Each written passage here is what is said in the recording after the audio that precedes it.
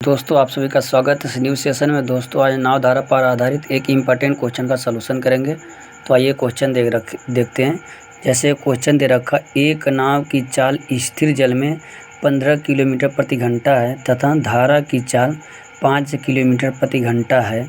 यदि एक व्यक्ति नाव से धारा के दिशा में 180 किलोमीटर तक जाकर और पुनः धारा के विपरीत दिशा में वापस उसी बिंदु पर आ जाता है, तो पूरी यात्रा तय करने में उसे कितना समय लगा, ये क्वेश्चन बता रहा है। तो आइए क्वेश्चन कहना चाह रहा है कि एक नाव की चाल जो स्थिर जल में 15 किलोमीटर है तथा धारा की चाल क्या है, 5 किलोमीटर है, ठीक है, किलोमीटर प्रति घंटा है।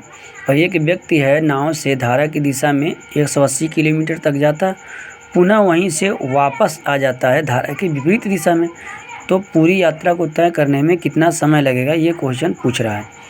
तो आइए इस क्वेश्चन का सलूशन देखते हैं। सबसे पहले हम क्या मानते हैं, माना नाव की चाल, ठीक है, नाव की चाल कितना मानते हैं, x किलोमीटर प्रति घंटा।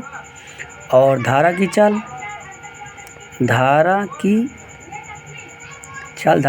क्या मानते हैं, y किलोमीटर प्रति घंटा, ये दोनों मान लेते हैं।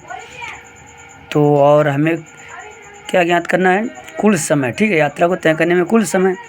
तो हम सबसे पहले नाव की दिशा में जाने की चाल पता करेंगे, ठीक है। तो धारा की दिशा में जाने का समय, तो धारा के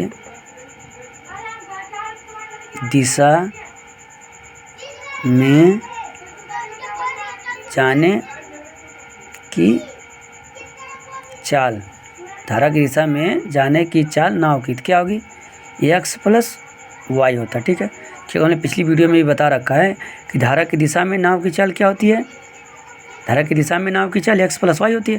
तो यहाँ धारा के दिशा में जब जा रहा था, यानी ये जाने की चाल हो गई, धारा के दिशा में जाने का चाल हो गया। फिर वापस आने का, ठीक, वापस विपरीत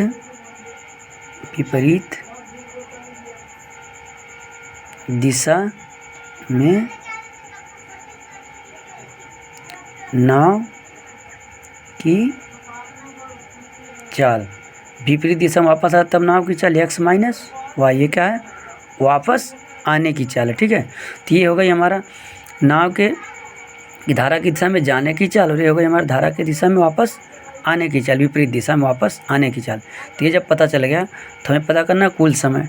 तो सबसे पहले हम समय निकालेंगे, ठीक है। तो जाने का समय निकालेंगे और आने का समय, दोनों को जोड़ देंगे तो हमारा कुल समय आ जाएगा। तो आइए हम मानते हैं, तो जाने का समय, ठीक है, जाने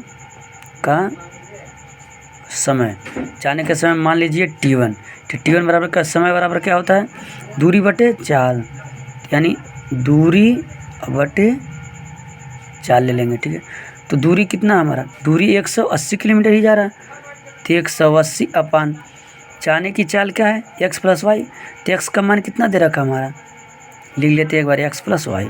इसको आइए सॉल्व करते हैं। 180 अपन x का मान कितना है, x का मान नाव की चाल, तो नाव की चाल कितना दे रखा, 15 किलोमीटर, ये हमारा x होता है।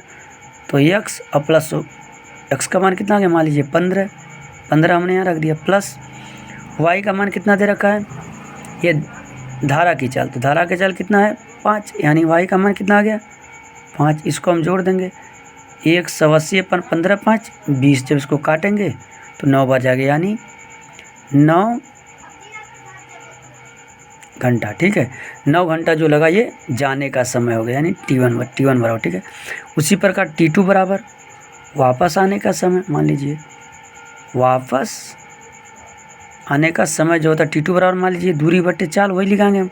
तो दूरी कितना है, दूरी हमारा वही है सेम 180, तो 180 को हम ले लेंगे अपान दूरी बटे चाल कितना है, वापस आने की चाल कितनी, x माइनस वाई, तो x माइनस वाई। तो 180 अपान x का मान कितना है, x का मान नाव की चाल ही होगी, और नाव की चाल कितना दे रखा है 15, तो हम लेंगे यहाँ 15 माइनस y का मान कितना हो जाएगा, धारा की चाल होता है, y क्या है, धारा की चाल, तो धारा की चाल क्वेश्चन में कितना दे रखा है 5, तो यहाँ हम ले लेंगे 5, ठीक है। इसको हम जब सॉल्यूशन करेंगे तो 180 अपान 15 में से 5 जाएगा, कितना बचेगा 10। इसको हम काट देंगे तो कितना आ जाएगा 18 घंटे। ये क्या है 18 घंटे। यानी वापस आने में कितना समय लग रहा है 18 घंटे, और जाने में कितना लग रहा है 9 घंटा। ठीक है, तो पूछ रहा है कुल पूरी यात्रा तय करने में कुल समय, यानी 180 किलोमीटर दूरी करने में कितना समय लगा वापस आने और जाने में।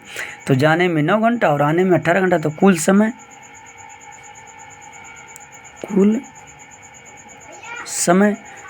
कितना हो जाएगा T1 प्लस T2। तो आप जोड़ दीजिए, T1 का मान कितना है 9, T2 का मान 18, 9 और 18 आप जोड़ दीजिए, हमारा आ जाएगा 27 घंटा। ये हमारा क्या हो गया आंसर। यानी पूरी यात्रा तय करने में कितना लगेगा उसको 27 घंटा लग जाएगा। ठीक है, तो दोस्तों इस प्रकार के क्वेश्चन का ऐसे सलूशन करते हैं, और जब आप डेली लगाएंगे तो रूटीन में आ जाए। और जिनको ये कैसे हमने माना नहीं पता हो, हमारी पिछली वीडियो जा करके प्लेलिस्ट में देख सकते हैं, वहाँ पे आपको समझ में आ जाए कि नाव की चाल को सदा x मानते हैं, धारा की चाल को y, और धारा की दिशा में अगर नाव की चाल मानेंगे तो x प्लस वाई। तो यहाँ धारा की दिशा में जाने की चाल वही कर दिया तो x प्लस वाई, और आने की चाल यानी विपरीत दिशा में हो गया तो x माइनस वाई। इसको लगाए हमने तो सॉल्यूशन आ गया। तो इस प्रकार के क्वेश्चन को ऐसे ही लगाते हैं, आसानी से लग जाता है, इतना लिखने की ज़रूरत नहीं, हम आपको समझाने के लिए करते हैं। अगर सही तरीके से लगाएं तो हम डायरेक्ट पॉइंट पे काम करेंगे। जैसे मान लीजिए अगर डायरेक्ट हमें लगाना है तो जो बंदे जानते हैं कि धारा के विपरीत दिशा में x माइनस वाई और धारा की दिशा x प्लस वाई, तो डायरेक्ट यहाँ पर आएंगे, दोनों समय निकाल लेंगे। तो समय बराबर T1/T2 180 डायरेक्ट जोड़ लेंगे, 15 5 20 उससे भाग देंगे, और फिर डायरेक्ट यहाँ पे आ जाएंगे, इन दोनों को जोड़ लेंगे, घटा लेंगे और भाग दे देंगे तो हमारा आ जाए। तो इस प्रकार के क्वेश्चन को ऐसे सलूशन करते हैं। तो दोस्तों वीडियो अच्छी लगी हो तो लाइक करें, शेयर करें और चैनल को सब्सक्राइब करें। धन्यवाद।